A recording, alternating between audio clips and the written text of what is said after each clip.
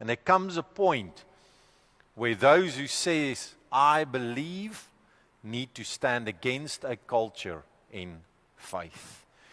It's been celebrated around us. Have you seen those parades? They walk down the streets and wave flags and with all the gods, and they call those parades pride parades.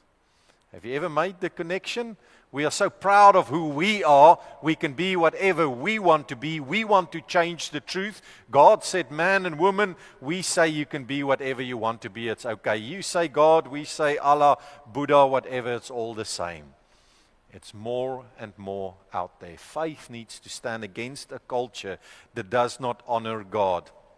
Isaiah 5 verse 20 says, woe to those who call evil good and good evil, who put darkness for light and light for darkness, who put bitter for sweet and sweet for bitter. Woe to those. This is the culture that we're in. Ephesians 5:11 says, have nothing to do with the fruitless deeds of the darkness, but rather expose them. How much time do we devote to our God? Do we stand against a society and a culture that celebrates sin?